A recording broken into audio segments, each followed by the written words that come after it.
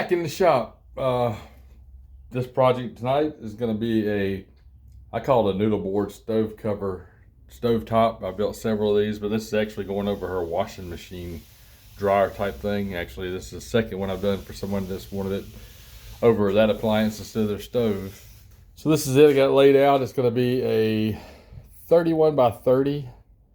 It's 30 deep, 31 wide. And these are 1x.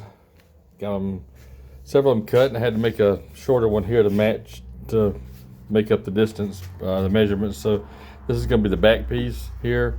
These are 1x4s, and they'll also be the handles. I cut some more to make the handles to go over here. And what I'll do is she wants this to go from the front to the back of the board to go all the way across. But now, of course, I got to cut that. But I'm going to cut the handle. I'm going to slim this down right here. Cut this down just a little bit, not much. Make it a little slope there, and I'll put the handle in here. All right, got my pocket holes drilled in. This is the bottom side of the board. As you can see, it's got pocket holes. It's going to attach each board. These boards on the side, pocket holes on the side and the back. That's the back board, which is actually upside down. But in the sides here, if this was a solid piece going all the way down, which it will be, of course, those pocket holes are screwing those boards on the side. Yes, so I got some down at that end as well. All right, I got the sideboard sort of a little bit of an angle. I'm gonna just round that over.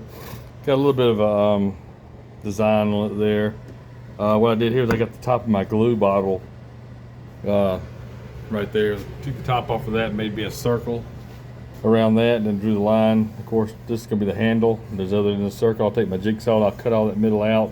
My little design there cut, which is gonna be the handle.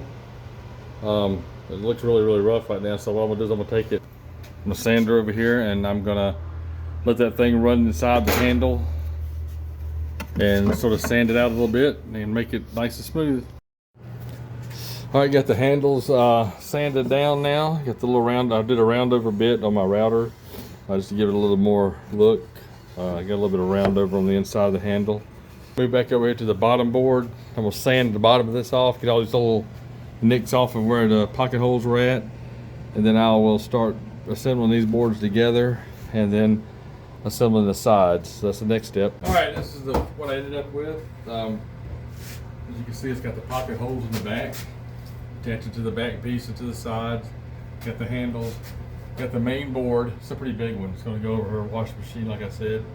But this is the finished product. I've got my brad nailed in, pocket holes along the sides as well. What I'm going to do now is I'm going to do my round over a little bit more on the edges right here. And probably around the front a little bit, and on the bottom I'll do a little round over. And then I'll start to, she wants this distress, so I'll be painting it black first and going back over it with the white and making my distress that way. I'll show you when that step comes, but it won't be tonight.